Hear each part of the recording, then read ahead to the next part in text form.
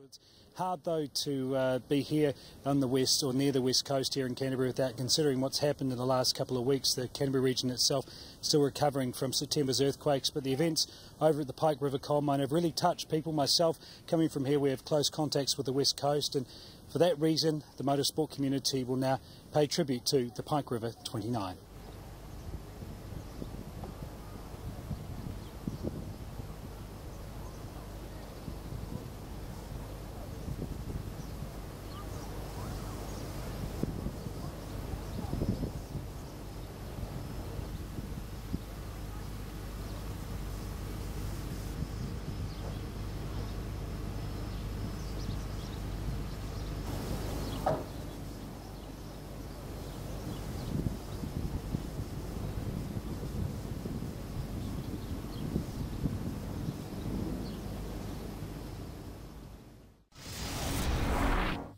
And here is the BP Ultimate Grid lineup. Race 2 for the NZV8's. Craig Baird off the pole. John McIntyre from grid position 2. A row 2 start for Kane Scott and Andy Booth. We then go back to Angus Fogg, of course, Wade Henshaw. He's made some changes and he's expecting some big things. He reckons the top three's on the card. We then go back to Martin Short and Jason Barguana. He was smiling like Donny Osmond after that race. He had such fun. Barguana from 16th to 8th in race 1. John Penny and Andrew Anderson and all. Holden, 5th row. Then we go back to Paul Manuel, who was in the wars for race number 1, and another disappointed driver, Eddie Bell. We then go back to Scott McLaughlin and Simon Richards. Scott said he just wanted to wait for all the carnage to unfold before he took the race to himself. Exactly what he'd done. We then got William Bamber and John Hepburn. And completing the grid lineup, row 9 is David Hopper and Nick Ross in a pair of Holdens. And completing the grid, Tim Edgell and Andy Knight in the wars, also in race number 1.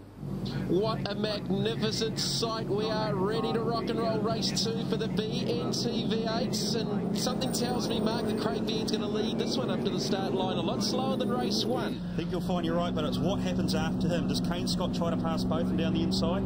Does he slot in for Craig and hope that he can hang Johnny McIntyre out to dry? Mate, I wish I was smart enough to understand what was going to go on. Angus Fogg down the inside of the 3rd row. He's happy to be on the inside. Wayne Henshaw, he's drawn the short straw. Great race result, but he's on the outside of the 3rd row for the run. Down to turn number 1. Ken Fogg with an excellent fly. He pushes to the inside of Scott. Scott's not going to get the opportunity to try and get down the inside of Craig Baird. No, but watch Wayne Henshaw here. What's Wayne going to do? He's going to be a sport on this, I think. There was a little touch there with Andy Booth with Henshaw down the inside. Kane Scott, and it's busy. Yeah, it's not over yet though. Johnny McIntyre, Angus Fogg slipping there, Craig Baird right in the middle of the field. Everybody's got through turn 1 and 2, which is amazing again. So McIntyre got the jump off the outside of the front row in the Encore Falcon. Baird slots into second, running wide though off pothole, and Fogg's going to go to the inside. Lots of dust in the background.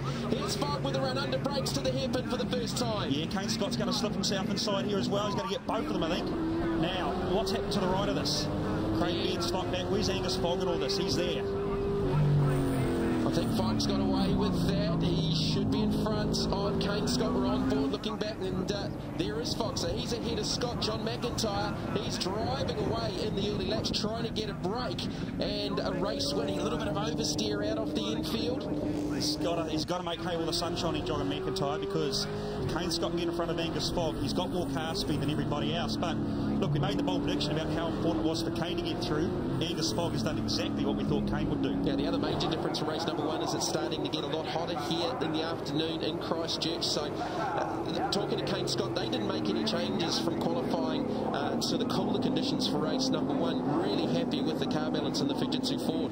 Yeah, they obviously got a fair bit of confidence that the car's going to come back to them, and that's exactly what we've seen now. From this morning to this afternoon, it's probably another 20 degrees hotter at track temperature, so this car is exactly where they qualified, similar kind of conditions.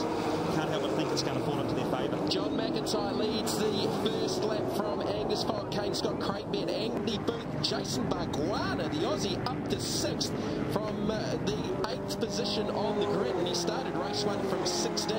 They broke a rear sway bar in qualifying, so that's hurt their progress throughout the weekend, but the Aussie is charging.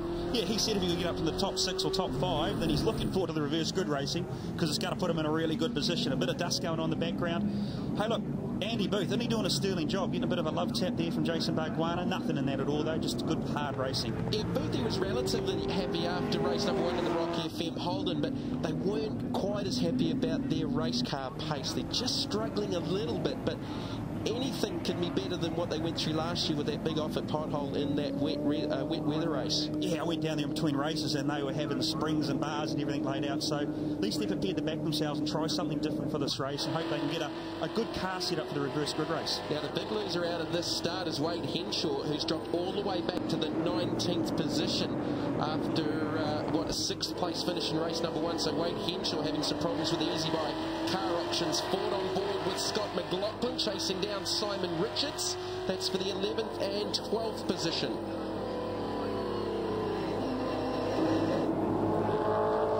Kane Scott still hounded by Craig Baird. John McIntyre with a 0.9 of a second lead.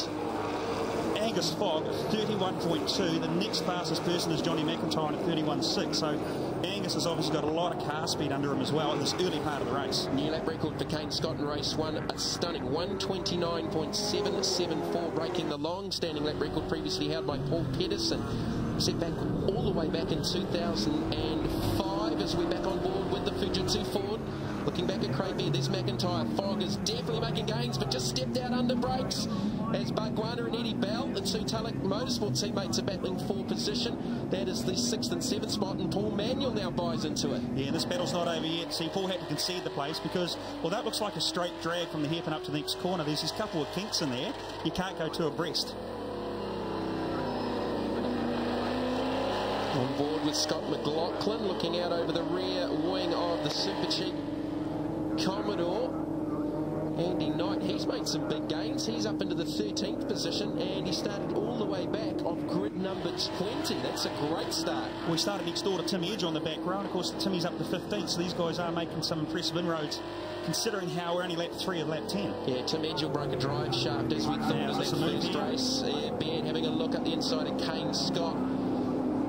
So Angus Fogg is the fastest driver on track right now as we look to complete 4 laps.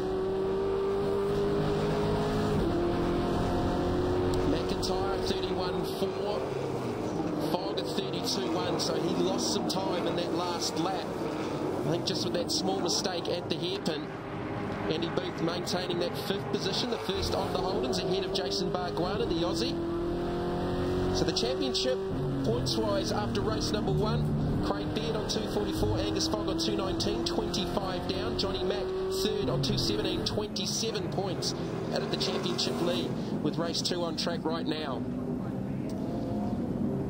So we'll take another look at the start. Here's a replay. There's the radar gun.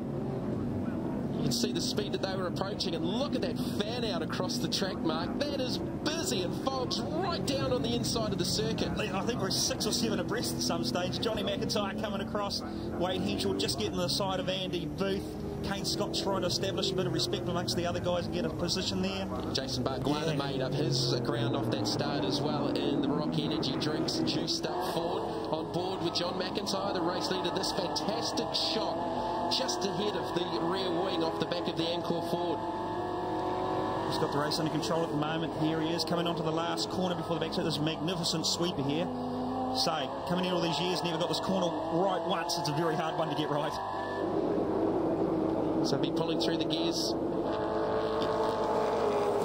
John McIntyre at the halfway point of race number 2 leads from Angus Fogg and Kane Scott. Don't go away. We'll be back on the other side of this.